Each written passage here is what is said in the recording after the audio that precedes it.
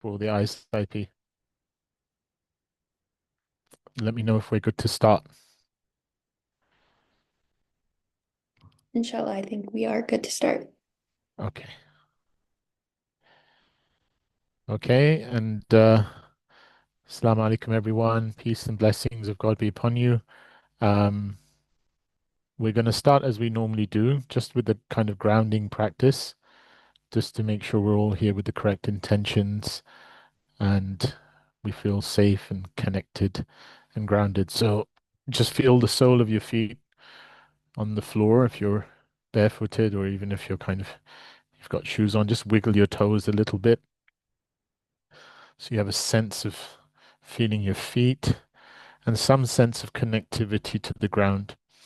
If you're sitting on a chair, just feel yourself being supported by the chair, feeling the bottom part of your body being supported by a chair. Feel it supporting your back. Just feel you can rest your spine into this chair and your chest being expansive in an expanded position. And from this place of expansion and groundedness, we're just going to make our intentions after some deep breaths. So we're just going to take some deep breaths. They call them diaphragmatic breaths. So from the bottom of your belly, we're going to breathe in.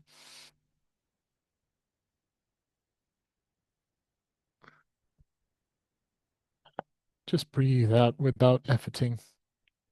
So just taking a deep breath from the bottom of the belly, pausing, and then breathing out. If there was a cadence, it would be 1, 2, 3, 4, 5, 6, 7. Pause. 1, 2. Exhale. 1, 2, 3, 4, 5, 6, 7, 8. The exhalation is longer than the inhalation. Take a couple of more breaths.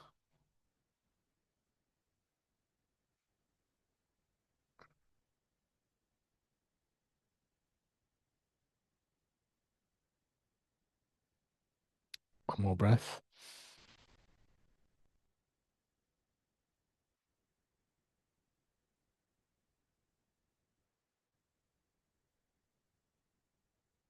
And if that breath works, especially the exhalation, completely releasing any tension, any stress, any sense of discomfort, any sense of dis-ease. And we find this attention just dropping down into this heart area, this presence of the heart, denoted by the chest. And from this place of presence and attention, we make our intentions. And what do we seek? In any of these sessions, we seek true knowledge. And all true knowledge is always a knowledge of disclosure that lets us know who we are and what the one and the absolute and the one who's created us is, and what that relationship entails. And we seek to be people of service to ourselves, first and foremost, in realizing who we are. And then from that realization, we hope to be people of service to others. We seek to be people of benefit to ourselves, first and foremost, in this realization. And then from this point of realization, we seek to be of benefit to others. We hope to connect ourselves to the outward and inward realities of this beautiful path. We hope to connect ourselves to the luminosity of the hearts who are the inheritors of this prophetic inheritance. From in this age, going all the way back to the Prophet Muhammad, peace and blessings be upon him. And we seek to do all of this ibtigha'an li wajhillah, purely and utterly for the sake of Allah, la li shay'in dunah, not for anything else besides. So we're going to take a few seconds, maybe half a minute, just to go into our hearts, just to find a point of connection and some type of reality of intentions in our hearts for this session. And then we allow for the unfolding of those intentions and what transpires. So we'll go in for about half a minute. Bismillah.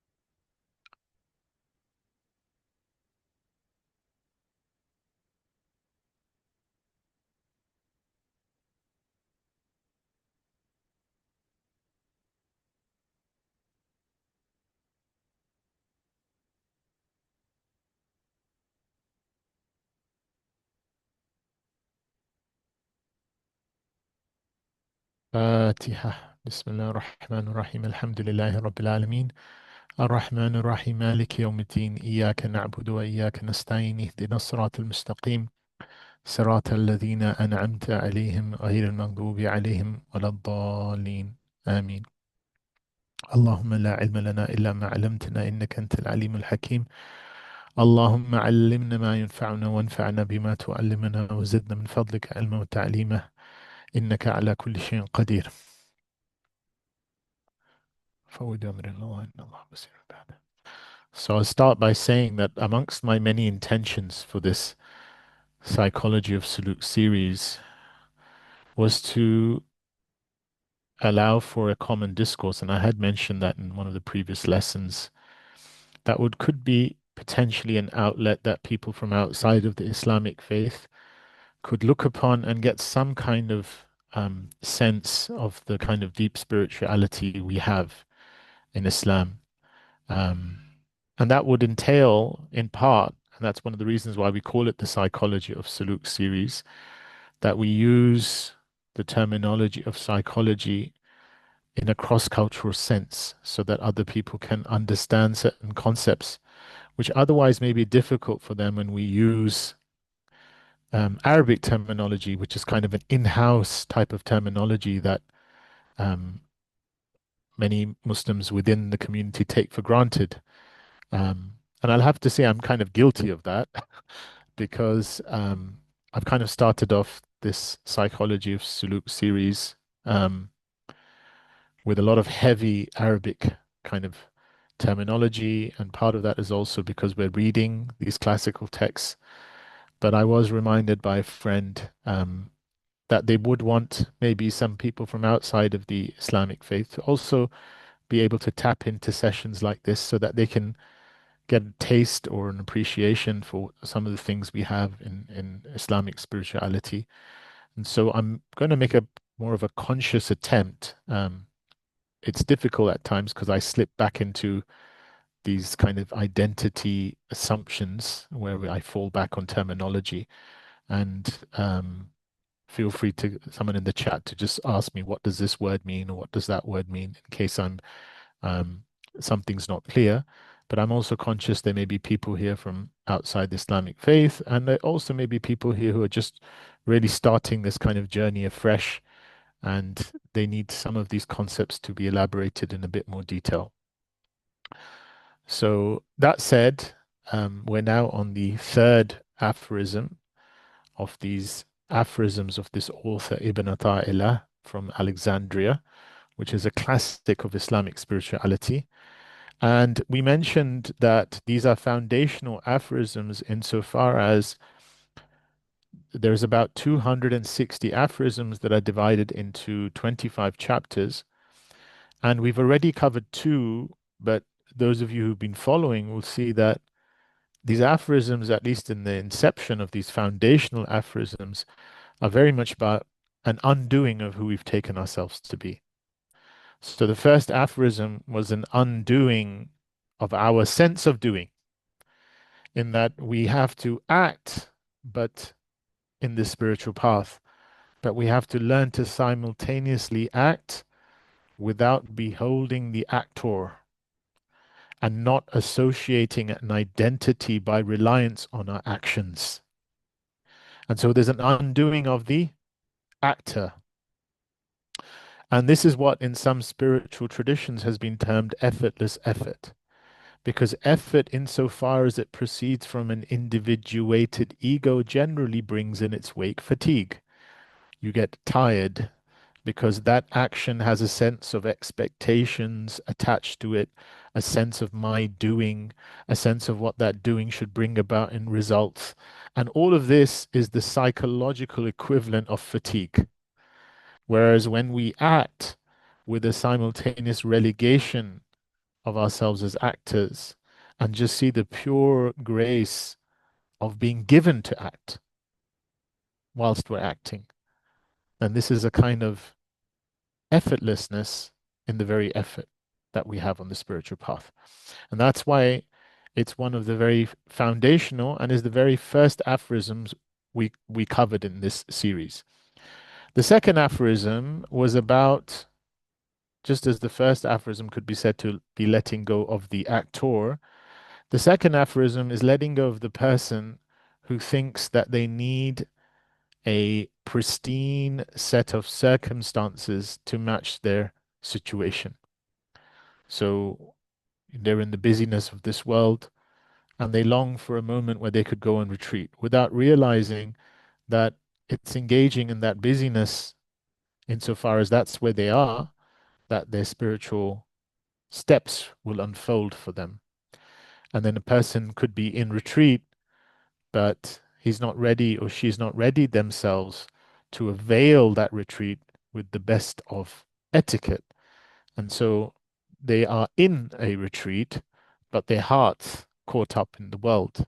And so this is very much teaching this idea of learning to be in solitude with the one whilst being in the plenitude of this world, and not letting the worldly circumstances affect one in terms of our accessibility or our connection to this one. And so this is another undoing, the undoing of the person who thinks that they need to be in control of their circumstances for their spiritual path to work. And then the third aphorism is kind of very pertinent because within the New Age kind of spiritual scene, there's a lot of talk of the law of attraction or the law of manifestation. Um, and within the realm of true spirituality, if that idea of some kind of law or deterministic method to attract something or to manifest something is once again coming from me, I see myself as the manifester. I see my ability as the one who manifests things. Then that is going in reverse.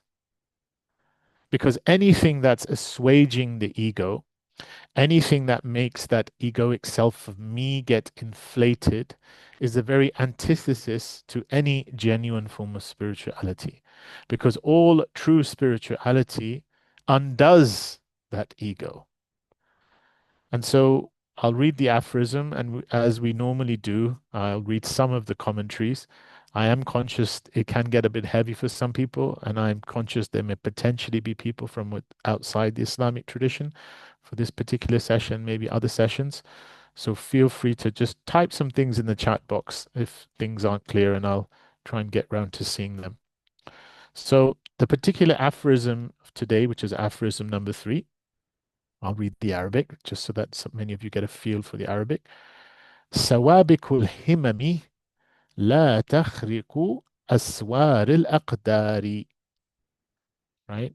سوابق الهمم لا تخرق الأسوار الأقدار. Which means prior spiritual aspiration cannot pierce the walls of destiny. Now, how do we interpret this? If we go to as we said, we normally start with Ibn Abad al-Rundi, Ibn Abad from Rhonda, from Andalusia. And he says, al-himamu as-sawābiq. He said, prior aspirations is that sense of self that is hoping to bring about some type of intentionality or some type of action with regards to what can be brought into manifestation. And he says, bi-idhnillahi ta'ala, by the permission of God. And he says, this is called by the Sufis himma, which is often translated as spiritual aspiration, because a person through their himma, through this spiritual aspiration, can see effects come about. So I aspire for something, and it appears that that aspiration has brought about some type of effects in this world with regards to that which we're aspiring for. But he is saying وهذه الهمم السابقة لا تنفع الأشياء عنها إلا بالقضاء والقدر.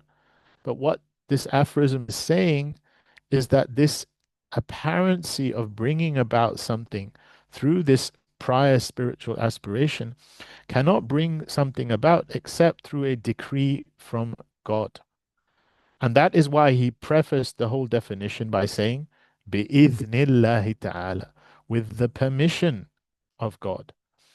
And so there is a sense that its prior nature is actually been determined. And that's why it's called sabaqiyah. That's why it's called sawābiq al-himam, prior aspirations. Because even the sense of your aspiration, which can bring something about, has a sense of being decreed from God. Now, I know somebody here might not be Muslim and so on. So the idea of God's decree isn't a complete surrendering to a fatalism. Muslims believe that there is a secret in that every single thing can only be decreed by God because He's the only one who has that authority to bring creation into being. But there is a underlying mystery in the nature of how things come about and how they be connected to our will. And that mystery is something that will be unraveled because it goes back to the fundamental essence of who we are. And so, in that dimension, the fact that someone like Ibn Abad Rundi here is saying that it can only come back to the decree of Allah isn't a call for fatalism. It's a call for what Sufis will call adab, proper propriety, proper etiquette with the absolute oneness of the one who brings things about, which is God. Because lest we accept and submit to the decrees of God, then if we see our aspiration as having causality and efficacy in and of itself, then this becomes a competa, a sense of contesting the decrees of Allah subhanahu wa ta'ala. Um, and so that's why this sense of efficacy itself isn't anything spiritual. So in New Age spirituality, when they call it the law of attraction, well, what determines whether this is spiritual or not is how that sense of attracting things is used. If you're manifesting or attracting things from a sense of a place of complete egolessness, a complete sense of there being no manifester, and you've come into total harmony with the flow of the oneness, i.e., God, then this is really just a sense of your consciousness coming into union with your life force. There's no sense of you competing with anything. But if it's a sense of what I can manifest as opposed to surrendering oneself into this oneness, then any so-called success in such manifestation is really a failure insofar as it only augments the egoic identity. And that's why Ibn Rundi says, well, this kind of idea of aspiring for something could have both a positive or negative polarity. In the positive sense, this is what is often called in spiritual literature karamat, which is the breaking of habits or breaking of norms of nature, miracles. But miracles could just as well have a negative dimension in that if a person sees themselves as capable of breaking such norms and it only reifies their egoic sense, then that's when Arabic is called istidraj. So they're outwardly both the same phenomena, but one person ascribes this breaking of the norms to the oneness, and another person ascribes the breaking of the norms to their own self. And so the one who ascribes it to the oneness has entered into that oneness. So it's now karama. Karama literally means nobility. And the one who ascribes it to their own selves is mustadrij, what they call istidraj, being led astray from where they least expect it. They think they're spiritual, but it's actually the opposite of spirituality. So, New Age manifestation techniques. How can I be a millionaire? Um, Even if you get your millions, that just means a lot more problems for you on the spiritual path. Because at some point, you're going to get all of these millions out of your heart because you're attached to these millions. And worse than that, you've thought you brought it about. So your successes in this so-called spirituality are actually the opposite direction of what real spirituality is. And that's why Ibn Arundi even gives the example, and Muslims, we believe there is a type of efficacy to the ayn, to the one who gives the evil eye, or to the hasid, the one who is jealous to the point that their jealousy can affect a person. And I know this might sound strange to some people, but there are times when um, you really get this sense that someone's really, I'm not, and hopefully Allah protect all of us, but these are just realities that anyone who lives a bit and partakes with a crowd of people can sense that not everyone's looking at you the same way. And just as you can have an eye of genuine compassion and wanting good for you, you can have someone who looks at you in a certain way and they really wish you didn't have whatever blessing it was. And this type of a look could have an efficacy. They call it the ayn, the evil eye, just as there's the benevolent eye, there's the kindly eye, there's the eye that uplifts you, there's an eye that could harm you. And if a person, in their own twisted nature of what they think their spiritual powers are, and there are forms of dark spirituality, in the certain traditions there are actually ways people actually try and undergo methods to kind of make these forms of control and power and ability to influence people a kind of spiritual technique. And none of that is really spiritual because it's basically darkening the soul. But the fact that someone might have some degree of mastery in affecting people with an even eye, or he even gives an example, sahar, black magic, doesn't mean you're spiritual. And I don't think it's a coincidence, actually, that even Ibn Badarundi, all those centuries ago, is using this as an example of the negative use of aspirations, because much of what we consider to be New Age spirituality, and I'd recommend a lot of you to read the works of Charles Upton, who writes about the counter vector, the counter nature of so-called spirituality, in that it augments the ego as tapping into the occult. So a lot of what we see within this kind of new age space, when they talk about the law of attraction and maybe some degree of channeling or maybe some degree of control and all of this, even if a person has a degree of mastery over these things, has actually compounded um, their ego and has made it difficult for them to actually undergo the work of true spirituality. So that's why he quotes Ibn Ba'durun. He said, وَقَدْ ثَبَتَ أَنَّ الْعَيْنَ حَقٌّ وَالسِّحْرُ حَقٌّ وَمَعْنَاهُ مَا ذَكَرْنَاهُ. He said that's why the Prophet, peace and blessings be upon him, asserted that the evil eye is true. It has a degree of efficacy. And there is such a thing as black magic. Much of magic, popular magic, is illusions, but there are forms of the occult which have forms of magic that utilize evil spirits and utilize forms of negative causality. Now, insofar as all of these things can be a type of what we call asbab, means to bring about an end, then it's not so much the fact that you bring about something that means that you're actually succeeding in this spiritual path.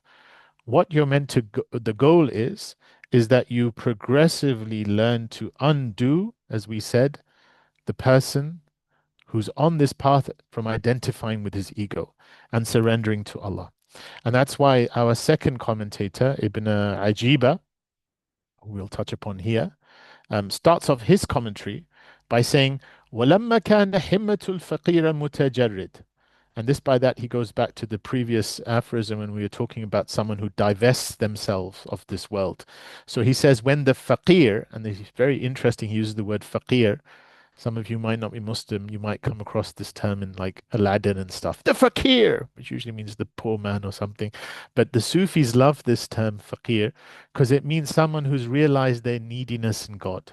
And effectively, this is what we're doing here, that we're trying to strip away all needs and they rest so that we rest with this one global need that I need God. And that's why one of the most powerful verses in the Quran was إِن يَكُونُوا فُقَرَاءَ, if you can really be of those who are needy, needy of God. يُغْنِهِمُ اللَّهُ مِنْ فَضْلِهِ, He will enrich you through His bounty. Now, if you put that desire for being enriched through his bounty before being needy of him, then you put the cart before the horse because you just want to get enriched with all the things he's going to give you. But the whole point to get enriched is that you realize what you really need is him, right? And it's through that realization of wanting him that that enrichment comes. But here, Ibn Ajib is borrowing from this and saying, if you have already attained unto some degree of this neediness of God and you've been divested of this world, then accompanying that often does come a spiritual power. And that's why he said, لا تخضع في الغالب. Then a lot of you'll find that your will starts becoming one pointed and starts becoming in harmony with what God wants. And it's a sense of sometimes things being manifested as soon as you want them, not because you're wanting them from the ego, because your sense of will is so aligned to the one who's ultimately manifesting them. That's God. So when that starts happening, then Ibn Ajiba says, and that's why he says that there are certain statements attributed to the Prophet when he said, Inna lillahi rijalan law aqsamu ala Allahi la abarrahum fi qasamihim.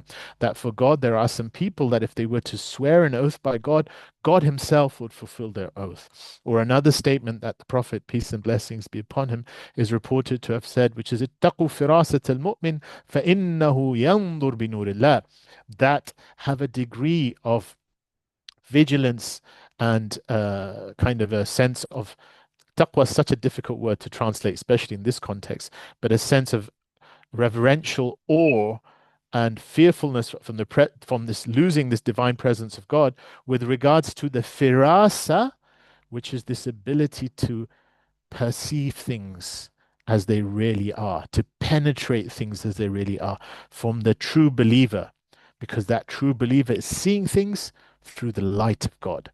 So when these kind of things start happening to a person and they enter into this state, then Ibn Ajiba says, فَخَشِيَ الشَّيْخ, i.e. Ibn Аттā, who's putting all these aphorisms together, fears and يتوهم أحد, that one person or a person might think أن الهمة تخرق سور الأقدار, that the very sense of the aspiration has this kind of causality or an ability to bring about things and break the nature of this world, right?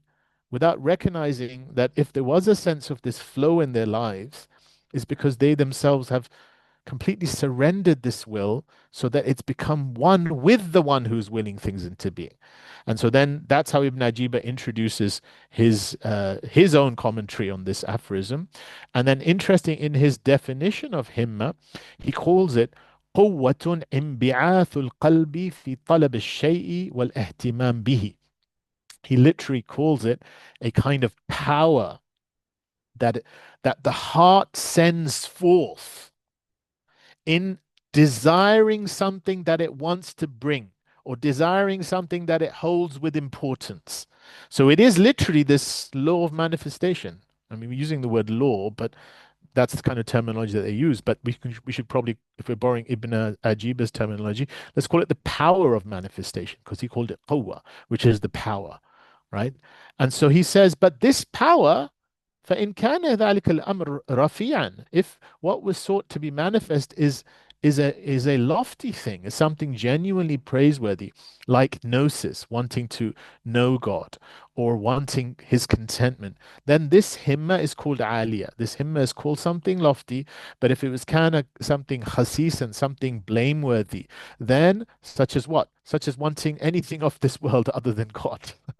That's blameworthy. So the law of manifestation, which wants anything that is not a means to your proximity to the one, and that is not a means to the undoing of the ego, the undoing of the one to itself, if it's something wanted for that ego itself, وَحُظُوظِهَا, something that some selfish portion, we call it selfish insofar as it comes back to the I, سُمِّيَتْ هِمَّةَ الدَّنِيَّةِ, then it's called an aspiration that's low. And that's just going to keep you in a lowly state and keep you caught in the, like they say, the cow going around the windmill or cow going around the mill. Like you, from where you came is whence you began, because you're still with yourself. You're still with the ego.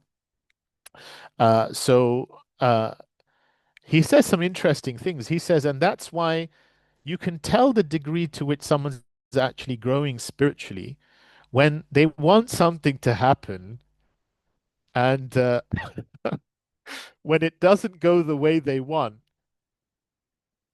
they actually become happy. Now, how does that how does that make sense?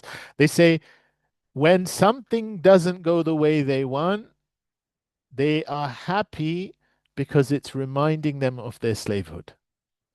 And it's reminding them, and as they're going for, because they're kind of, before this stage when their will becomes completely annihilated in the oneness, they're rejoicing with anything that's reminding them of this sense of not me, but God.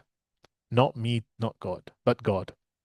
And that's why someone was asked, بِمَاذَا عَرَفْتَ رَبَّكَ? How did you come to know your Lord? And the answer came, with the tearing and raising down of my aspirations.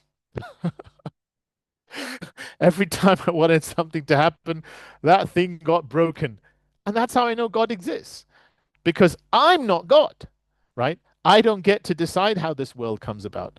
And so that's why one of the teachers said that if we want something to come about and فخرج فرحنا مرة واحدة, then we are happy one time. وإذا لم يخرج, and if we want something to come about and it doesn't come about the way we want it to, then we are happy 10 times over. Because why? وَذَلِكَ لِتَحَقُّقِهِ بِمَعْرِفَةِ اللَّهِ. Because they have a realization and they place their hopes in Allah. Their ultimate need is God. And so when God reminds them of Himself, there's more of a realization. رُبَّمَا مَنَعَ. It might just be that the divine no is in reality a giving, because He's giving you a meaning in that no. And it might just be that the so-called giving and attainment is in reality a no from the position of providence. Because any state, they say, any state of contentment that takes you away from God is in reality a state of bereavement. Al-qina' anillah hirman. Anything that gives you a contentment that doesn't involve this direction of coming closer to God is in reality a state of being bereft. And any sense of apparently being bereft, maybe you've lost out on something, but unfolds for you a door where you're close to God, is in reality a sense of being given, right? So this is how things are weighed, because they're being weighed in the ultimate scale of where we're heading, where we're ending up. So this is very interesting because I found that both Ibn Abad al-Rundi and Ibn Ajiba are kind of unfolding much of what we are finding even in the New Age space. In that, um, it's very interesting that the person who could be said to have popularized much of the law of attraction, someone called Rhonda Byrne. So she wrote this book called The Secret, and it became so popular in the Arabic world. And I was like, "Have you read the Sir?" And the Sir usually in spiritual terminology in Sufism means the ultimate reality of who you are. That's the Sir, the innermost reality of who you are.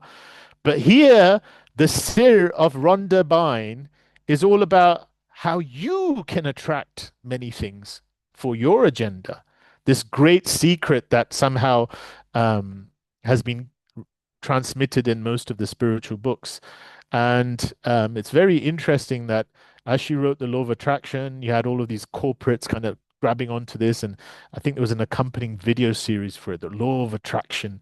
And, there was a kind of guy saying, whenever I want a parking space in the parking lot, then I just think of this law of attraction. I manifest these parking spaces. Now, of course, if you if you don't get to manifest what you do, then the probabilities are the probability is the polarity of that will reverse back onto you, and you just start beating yourself up. Oh, I'm not good enough in this manifestation stuff, and then it's just kind of keeps up this sense of building up the ego of the manifester, And somebody once told me they were going through a rough time, and then somebody came to them and said, "And that's all your fault because you're manifesting all of this on yourself."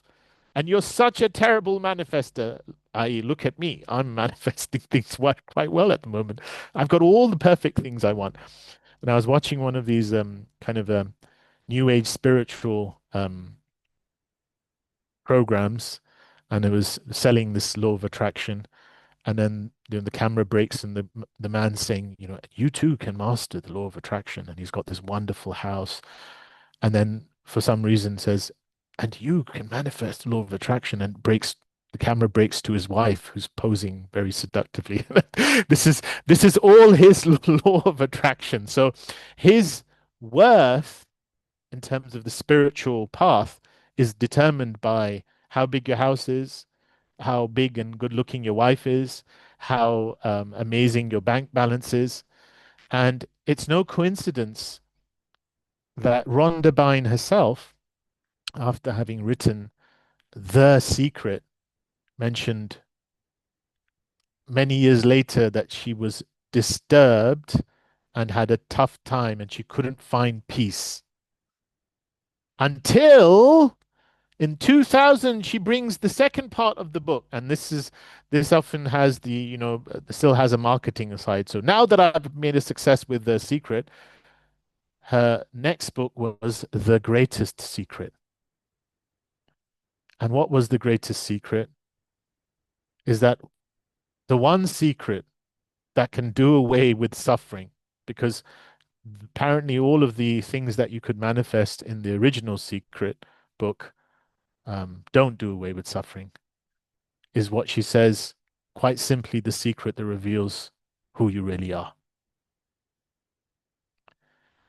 Because whenever we suffer, it's because we believe something about ourselves, that we're an individual person who apparently has to have some control over what happens to them in their life. Whereas what undoes suffering is to recognize you're not an individual person who has to somehow strive to get these things to give yourself happiness only to die at the end of it all. You're not a person, in her words, who has to struggle from paycheck to paycheck. You're not a person who needs to prove himself or herself to get anyone's approval. The truth is, she says, you're not really a person in this individualistic self at all. You are having the experience of being person. You're having the experience of being a person, but in the bigger picture, it's not who you really are. So your job in the greatest secret to finally give yourself what you really want is to wake up from this cycle of seeking temporality in the world of temporality, a cycle of desire, to wake up by realizing who you are. And when you realize who you really are, then you realize you are a manifestation underpinned by a oneness that in some degree is being brought into existence as you. And your you-ness is the veil, at the same time the door by which you can rediscover that oneness manifesting as you. And if you can learn to be in that oneness and to witness from that oneness of God, then you will truly be free from this cycle of desire. And that's why I found it very interesting that what she was saying was basically, "إِن يَكُونُوا فُقَرَاءَ," if you can take all of your needs and be with the one who's bringing you into existence, يُغْنِيهِمُ اللَّهُ مِنْ فَضْلِهِ, he will free you from all needs besides. And what she was articulating was in some degree, and she does say in the preface of her book, The Greatest Secret, that this was wisdom, or this is a wisdom of the Sufis, but it's also wisdom in many spiritual paths. And it's not a coincidence that the Four Noble Truths of Gautama Siddhartha, who is a fellow Bihari from Bihar like me, but also known as Buddha, the one who awoke, is actually a dimension that articulates this in the domain of suffering. So, what are the Four Noble Truths of the Buddha? And this is his first teaching that he taught after he had been seeking a way out from this sense of suffering. And he was, for those of you who don't know, he was born as a very wealthy prince, to the best of my knowledge, and he left that life and entered into a life of asceticism. And what sparked that journey for him was seeing the nature of suffering, seeing a poor person, seeing a sick person, seeing a dead person, and he had tried previously many practices until he, with his resolve, with his will, he sat under the Bodhi tree, the specific tree in what is now called Patna in Bihar, And he contemplated until these four noble truths came to him. The first truth is dukkha, or dukh as they say, and that is suffering exists as an innate characteristic of samsara, of this cycle, of this world, if that is all you're attached to. We'd have to give that caveat because this dunya in Arabic we also say is daniya, low. And so if you are attached to this world, then what does Allah say in the Quran? وَالْعَصْرِ إِنَّ الْإِنسَانَ لَفِي خُسْرٍ. By the passage of time, mankind is in a state of loss. And elsewhere it says, we've created you in a state of distress. And that's if you're attached to this dunya. There's inherent distress there. But then the second part of this two noble truths is that this dukkha arises. Why does it arise? Because of tanha, attachment, craving that which is fundamentally impermanent, that which is fundamentally impermanent, anicca. And he said the third noble truth is how can you bring cessation? How can you end this craving? By attaining unto nirvana. Now, when we see and hear the word nirvana, we don't necessarily think of that musical group, but the word nirvana means literally annihilation. In Arabic, we call it fana. Now, annihilation, as we understand in the Islamic sense, is an annihilation of that individualistic self. But if it was to stop simply there, then it wouldn't have any meaning whatsoever, because that annihilation then brings about a realization. Once that individual self leaves, and this is where Buddhism gets into this murky territory because there's often discussion of the emptiness of form, but without realizing that that's a discourse for a complementary fullness. Because realizing the emptiness of something is also a disclosure of something is full. Because if all form is empty, then who's the one being manifest in it?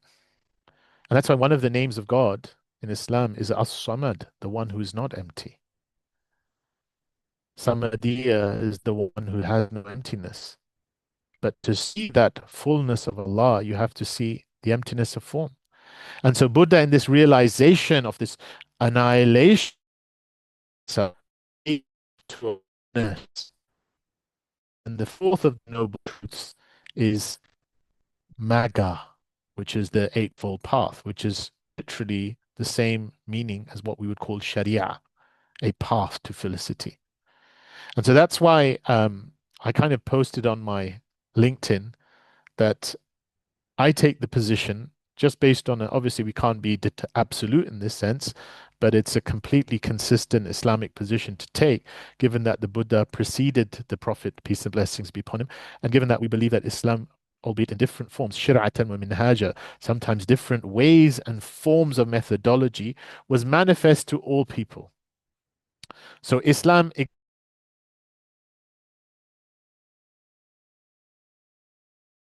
literally existed. We don't believe Islam came through the Prophet Muhammad. We believe Islam came from the first of man, Adam.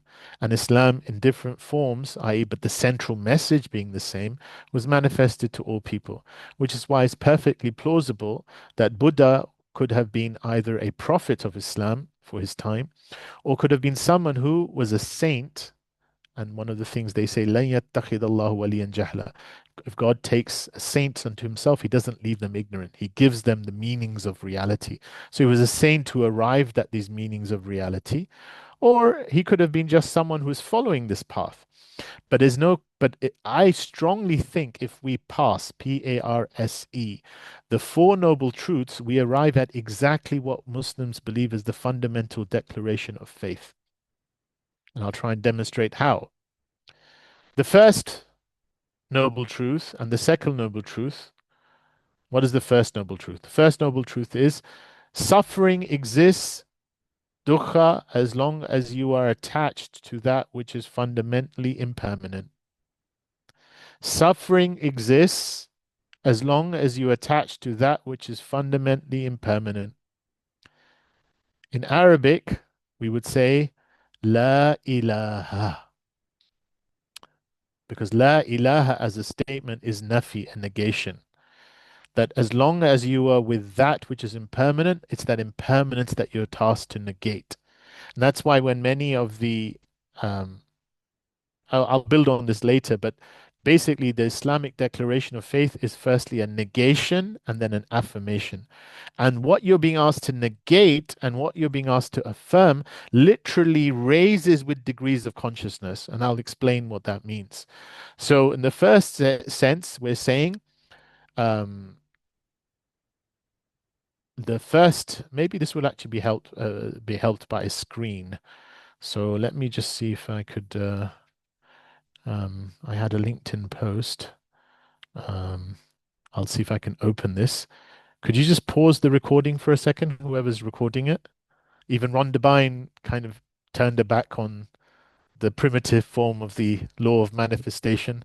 So if any Muslims out there are using it, use it as a tool, maybe just to, bring about ikhlas. The more sincere we are, the more we can work on ourselves, we can hope for good things to come in our lives.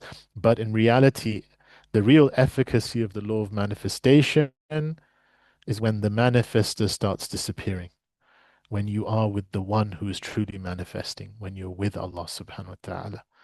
So she got it right. She was getting it right when she wrote The Greatest Secret. And she's coming closer to what really is the truth of these things within all the Islamic traditions, with all the spiritual traditions, true spiritual traditions. And as we can see, our teachers have disclosed in the aphorisms of Ibn Atta'illah. So, any questions, any comments? If anyone's here not from the Islamic faith and they also want to add a couple of comments or questions on what I said or corrections, feel free. I can see some nice familiar names in the audience as well, so feel free to come up and share some of your reflections.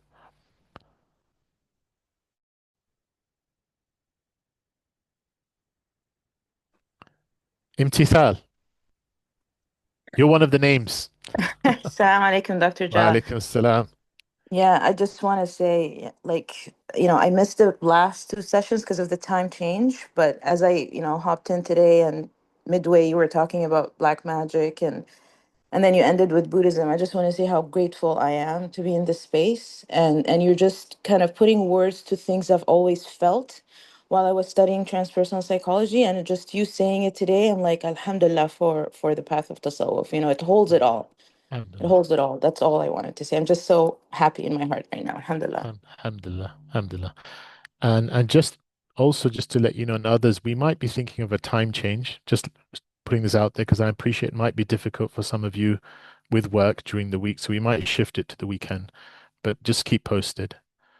Um, any other questions, comments? Bilal? Yes, Assalamu alaikum. Alaikum Yeah, salam. absolutely. I echo what we just heard, how important it is for me, and I'm sure many others, to begin to see these bridges.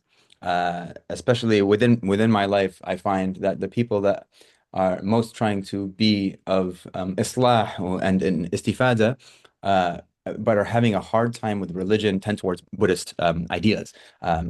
And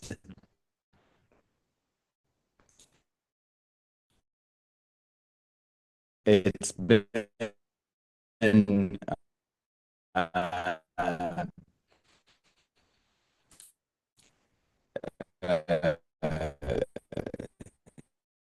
a part of my life where I actually um, can really, when there's nothing mystical. The Buddha himself said, if anything in the world, and I think Dalai Lama has mentioned this recently, like if anything in science contradicts this, we're going to change our tradition to match the science, right? And I think that kind of openness to reality, and like it's a exploration of reality, is really compelling for a lot of materialist people, I think, and Western people. So I'm curious if you could kind of reflect on that for a bit.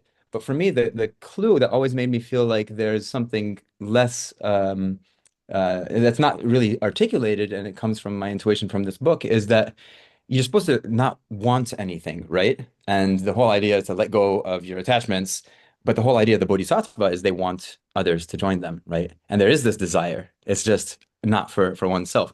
And so I always found that kind of strange. And then the other thing that's kind of strange is the oh, and you know what? Like Lego of attachments, this very like philosophical, theoretical thing, and then there's an eightfold path, which is a Sharia. Where did it come from? You know?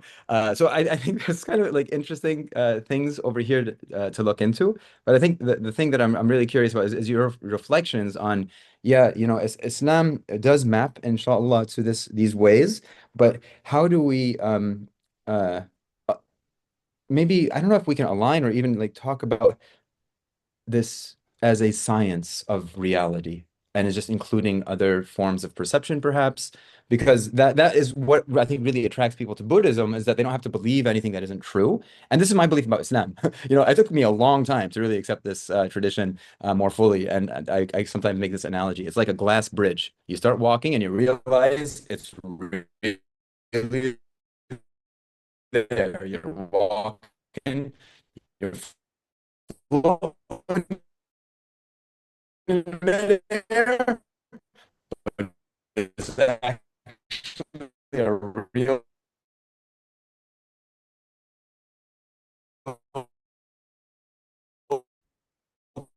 thing. It has substance, but it's yeah, sorry, I think I should just pause over here to get your reflection. Science of Buddhism attract.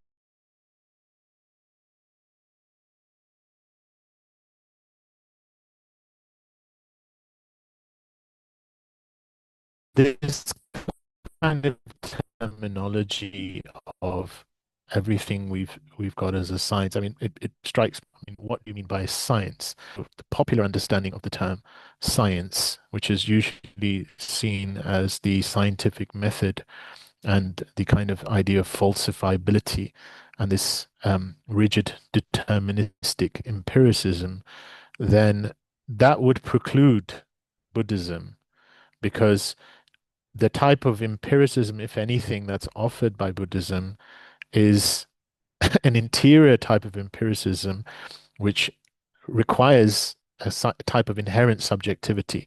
Now, there are experienced meditators who've called for that to also be included as a type of empiricism.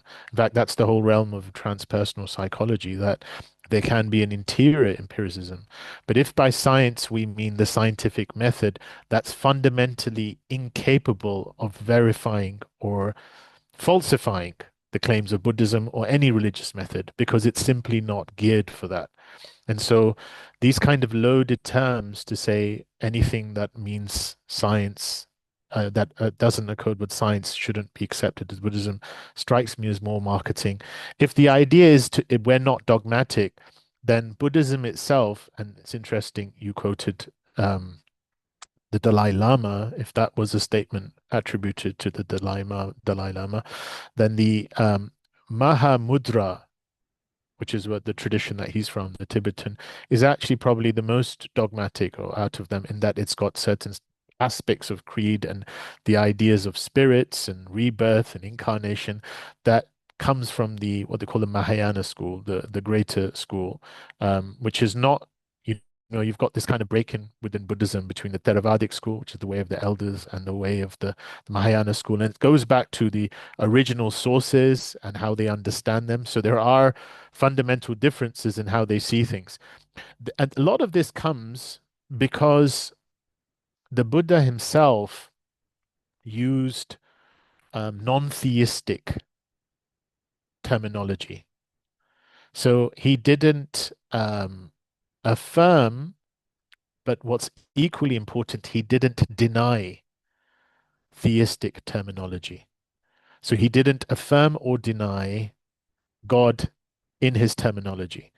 So the question that he didn't, now this would call someone like the Theravadic Buddhists, and I was quite surprised. I went to a conference, an interfaith conference in I think it was in Thailand, and the particular form of the Buddhist practitioner there said Buddhism is an atheistic religion. Now, atheism is to actually take a definitive position God doesn't exist, and Buddha never said that. So I actually corrected. I said, actually, you can't say that. And it was interesting in a subsequent presentation, he said, oh, non-theistic religion, which basically says you're not taking a definitive position. Now, why did the argument as to why he didn't, Houston Smith has a really interesting, Houston Smith is this really good author on comparative religions. I think he's got a book, if I'm not mistaken, called World Religions, which is often taught, I think it's taught at Zaytuna as well, and kind of an introduction to the comparative approach of different religions. So his understanding as to why the Buddha or Siddhartha, Gautama Siddhartha, did not use terminology such as God is very interesting. I'm going to try and find the exact quote so that I can kind of read it properly. See if I can find it here. Yeah. Uh,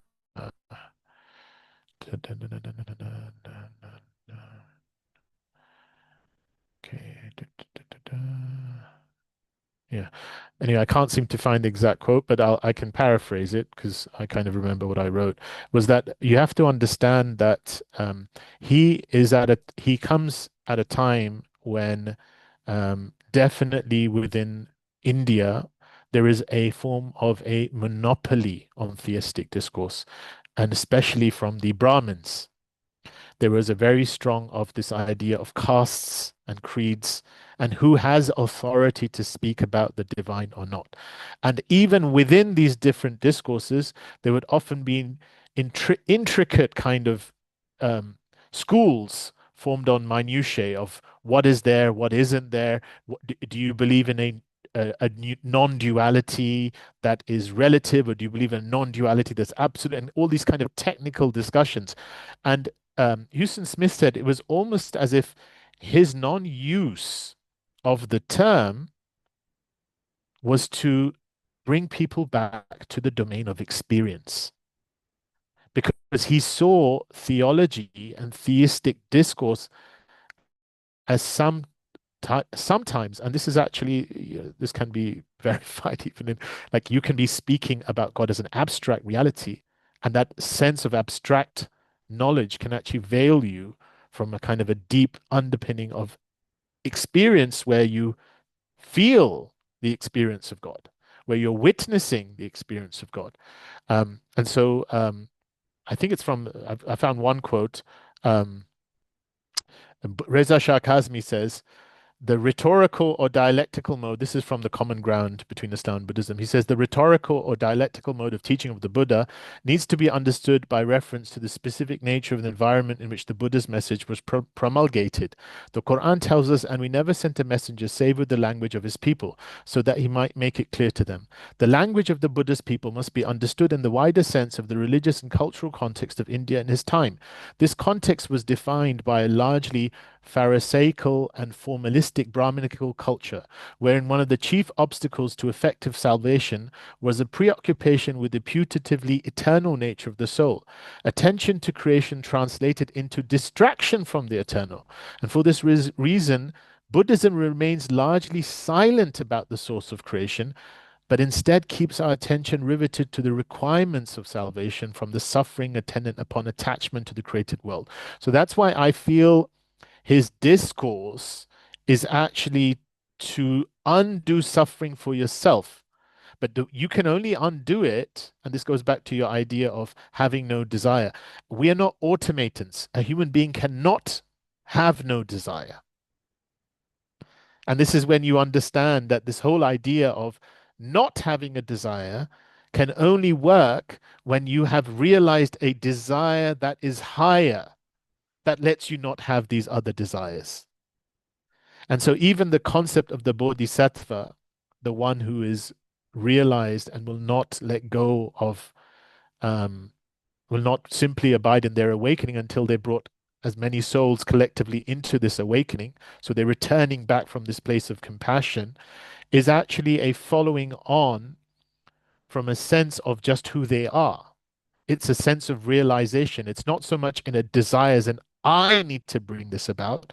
It's the realization which we would say if a person undergoes fana, annihilation from this egoic self, or the nirvana, as the Buddha said, if we could say that was the equivalent. And then that's not the goal in itself. The goal is then baqa. The goal isn't that you go from being a wave that's destroyed on the sea to saying, I'm not a wave, I'm the ocean, because you no longer experience yourself as the wave. The goal is to then come back as the ocean, being the wave, right? So you don't invalidate that you are coming into existence as a wave. You're not just the ocean. You're the wave appearing as as an ocean, and the ocean appearing as a wave. So, in that path of that oneness returning to itself, the bodhisattva is just an expression of compassion returning to itself. And I find that consistent with the definition of the Prophet ﷺ is وَمَا أَرْسَلْنَاكَ إِلَّا رَحْمَةً لِلْعَالَمِينَ. That if you are truly awakening to who you are, you have to return back, as the verse says, because I didn't translate this for others, that we did not send you except as a mercy unto all facets of creation, the entirety of creation. Because the outflow of La ilaha illallah is Muhammad Rasulullah. The outflow of realizing the oneness of everything is the outflow of compassion and love returning to everything. And so that is kind of a corollary of the two. So the bodhisattva also is kind of a follow through from that true understanding. But even if we say no desire, that's because their desires have been quenched. The tanha, the thirst of Buddha, was quenched at the point of nirvana. It's not that desires just dropped. They can't drop. They can only drop when there is a quenching through that which allows it to drop. And that quenching which allows it to be dropped, even though Buddha didn't use the terminology, we would say is because the desires have been met with illallah. God is sufficient. As the Quran says, is not alaysa Allahu kafin? Is not Allah sufficient for the slave? And one of the beautiful names of God that the Muslims, Sufis have used, although it's not often used in the formulaic 99 names of God, is Ya Kafi, Ya Kafi, Ya Kafi, O one who is sufficient, O one who is sufficient, O one who is sufficient, because that sufficiency being found in God is what allows for everything else to drop. Even if you look at the phrase, Inna lillahi wa inna ilayhi raji'un, that I'm from God and I'm going back to God. Why is that the phrase that is to be used whenever you encounter loss in this world? Is because if your loss, if your sense of being was in any artifact or object of this world, you would feel a loss in your being. If I attach my being to this object and when that object leaves my existence, I have an existential crisis, which is why, which happens to people, right? They lose an object, that could be ephemeral. They lose a relationship that could be ephemeral, and there is a sense of existential crisis because I literally am through this. But what if your I was in the backdrop of something greater, in which everything is coming and going, including those things that can still hurt you because you're a human being, but that hurt can also be held on the backdrop of that which is greater, because the expansiveness of what you are through is greater. That can only be the expansiveness of the one who's bringing everything into being. Inna lillahi wa inna ilayhi raji'un. And it's very interesting. I was reading a tradition from Dalai Lama's, kind of somebody from Dalai Lama's tradition, and they said what helps them bear death is to contemplate the fact that everything is coming and going from a sense of oneness. Now, they don't know what inna lillahi wa inna ilayhi raji'un means, but essentially, all of these same principles point and direct us back to this oneness. Bilal, you keep breaking up slightly. I'm just conscious. Were you able to hear much of what I said? Not sure if your connection's strong enough. I'm just going to leave it at that then. Who's the moderator here?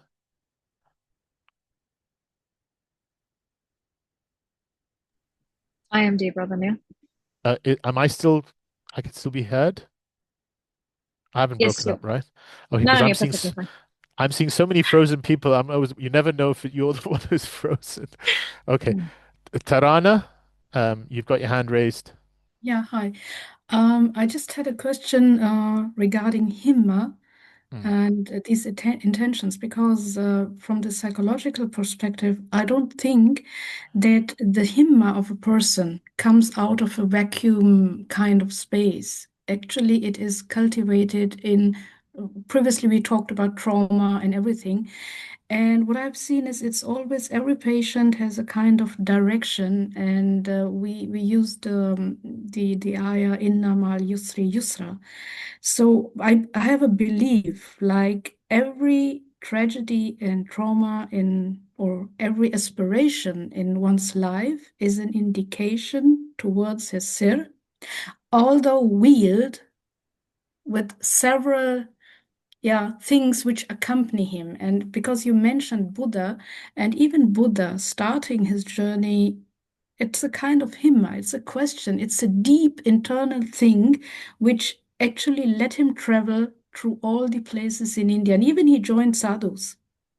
So, but there was a drive inside, and I think the translation of each and every drive, no matter if it is cultivated through trauma or whatsoever, is always ishq, which we couldn't understand. It's an attraction either to money, to something else, but it's a substitute. It's a kind of, I don't know what you say in English, but in German it's Fata Morgana. It's something which you see in a desert, but it's not there.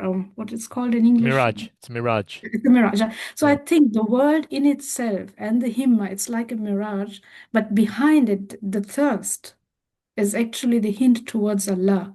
Yes. So So that's what so I wanted to say no, because you're right. You're right. But you see, so there's a reason why in the spiritual path, the word for the aspirant is often called murid, which is actually a type of irada, will, what are you directed to? Um, but you're actually, Tarana, if I'm understanding you correctly, in reality, whatever substitutes people have propped up of what they desire, in some degree, there are cascading levels or substitutes that are imperfect and maybe even inappropriate at times, but they really want that one. Is that what you're saying, yeah, Tarana? exactly. We are Beautiful. spiritually from the Beautiful. birth, All of and us. we divert through the life, through the trauma, but if every person has a kind of unique hint towards Allah, an own mystic way towards Him. Yes, but no, but then that's the goal of obviously in the first place that would be the goal of the spiritual guide. But I actually believe also any form of guidance and even in the role of therapeutic intervention at higher levels of therapy, what we'd call, meant to be doing Islamic therapy here, Islamic psychotherapy. And it's not just to make people functional people in a world of mundane functionality, but to orientate them to some capacity to what it is they truly want. And if that is the case, then there is a sense, and this is what tarbiyah means. Tarbiyah, often translated education, is to raise them from different platforms to different platforms. So this may be what they seek here, but they know that's not really going to meet what they want. So you raise them to a high level. This is not really going to meet them what they want. Raise them to a high level until there is some sense ألا بذكر الله تطمئن القلوب. Is it not through the realization of God that the hearts truly find rest? One thing you're very right about, and in fact, some of our scholars have spoken about that and use the word ishq, right? There's this beautiful, it's kind of more like snakes and ladders, but it's called Shatranj al-Arifin. And it's kind of Mhm. this spiritual snakes and ladders. And in that, they have like a square that, so basically, you either go up a ladder if you get something right, or you fall down with snakes if you get something wrong. Mhm. One of the things that was really interesting for me was in this kind of spiritual snakes and ladders, they said ishq al-majazi, which they call allegorical love, Yeah, yeah, which is basically love of ephemeral things, like yeah. love, the kind of romantic love that we think of Mhm. another person. But they say if you can be true in that, if you can really follow what it desires of you, because most people co-opt that with the ego, right? Because even that so-called romantic love that's so glorified in the West falls apart whenever there's any sense of self-sacrifice, an altruistic element to that love. We all know the Bryan Adams song, "I would die for you," or whatever it is before he gets to that point. But most people aren't willing to die metaphorically for the other person. Yeah, it's more about what you do for me. But this chart says if you can be true in ishq al-majazi, it will take you to the ishq Mhm. al-haqiqi, the love of the one. Because all of these things, even if they be imperfect forms, if you have a degree of sincerity in them, they will take you back to that oneness of what you really seek, God. Which is why even love of another person, if it be held altruistically and genuinely, can be a spiritual path. Does that help, Tarana? Yeah, absolutely. And just one thing more, I think that this kalima, what we say, La ilaha illallah, when we achieve the state of ishq, which is actually fana fil ishq, then we achieve the kalima, La ilaha illallah, because Yeah. then it comes out of us automatically. Yeah. And that's what they call tahqiq. So we were saying there's different degrees of La ilaha illallah, but the ultimate realization of La ilaha illallah is fana wa baqa, to Yeah, not be and then to be through the one. yeah, If it's okay, Tarana, yeah, I'll just sure, take sure. the next question. Lana, you've got your hand raised. Yeah, Assalamu alaikum, Dr. Yusuf. How are you? Alaikum. Good, mashallah. Alaikum salam. Yeah, I also missed the last two because of the time changes. Very upset about that, but inshallah we'll catch up. I found it very interesting what you said about um what was it? How did you put it? You said something like the fact that we don't get what we want is almost like a proof of Allah's existence. And I felt that was quite an interesting thing to explore. Because we don't get to decide, or we don't get to decide how things come about. So I just thought that was a very interesting take on proving the existence of God. Yeah, mashallah. And this is a common naqd al-azaim, common phrase Sufis use. Not sure it's ascribed to. But I think the general idea from that is that that also requires then a recheck of when these things come about, when these blocks come about, then it requires a recheck from the person. Because a lot of us sometimes when the blocks come about, we just restart digging somewhere else in the hope that the block won't come this time. As opposed to this kind of recheck of what actually happened and what is it I'm really seeking here, and has this block actually really prevented me, or is it really guiding me? Mm. Is that okay? Anything you want to add, Lana, Oh beyond no, that? no, Okay, not at all. Just wanted to point it out. Thank you so much. Sean. Yusra, you've got your hand raised too. Yes, Assalamu alaikum.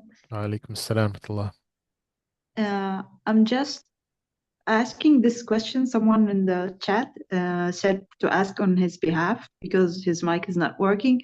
And what is himma and how does one increase or elevate their own himma? And I want to add my reflection. Is it like, I mean, if we use a Quranic term, is it like al-azima? Yeah, it could be Hazima. Yes, in fact, that goes back to the Naqd al-Azaim, as we were saying.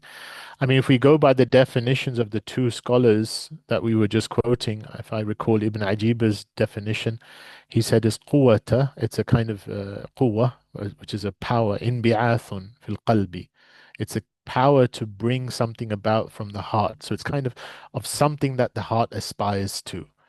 So he didn't just make it what the heart aspires to, but I found interesting to say that that aspiration appears, right? And this is why Ibn Badr says bi'idhnillah, because it doesn't have a causality in of itself. That's where the delusion comes.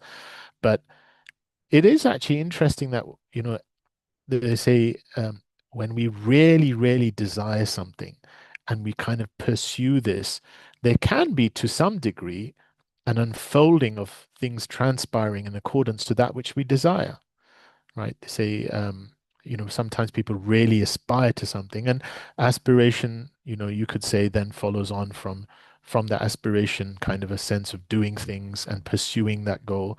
But sometimes it's just all of a sudden you see they say kullu muyassirin kullu mawludin what's that phrase? Muyassirun lima khuliqa lah.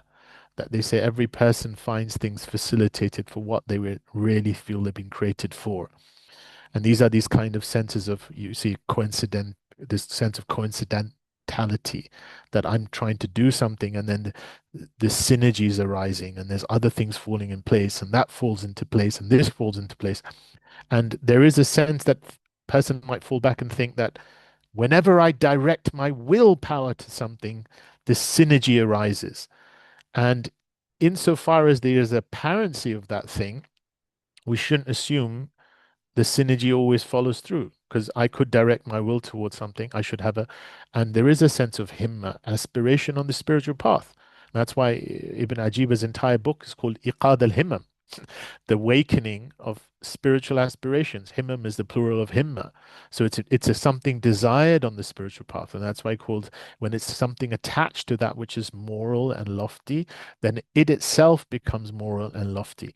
But it can also have a negative dimension. It can be attached to something that which is base and immoral. And then that himma can become base and immoral. So he was using it in very much this kind of manifesting power, but insofar as things may transpire as that manifesting power once, then that is ultimately the decree of God. That's kind of a summation of what we just discussed in the lesson. Does that help, Yusra? Yeah, I hope it helped the one who asked, inshallah. Okay. Did it help you? Yeah, of course. Inshallah, inshallah. Okay. I think that's it. No more questions. I'll have a quick look at okay, I think bihad al-qadr kifaya, we've kind of overshot our mark and we've got some people very kindly hosting us, so we don't want to keep them delayed either. بهذا القدر الكفاية لمن أدركته العناية سبحانك وبحمدك سبحان العظيم والعصر إن الإنسان لفي خسر إلا الذين آمنوا وعملوا الصالحات وتواصوا بالحق وتواصوا بالصبر. السلام عليكم ورحمة الله وبركاته.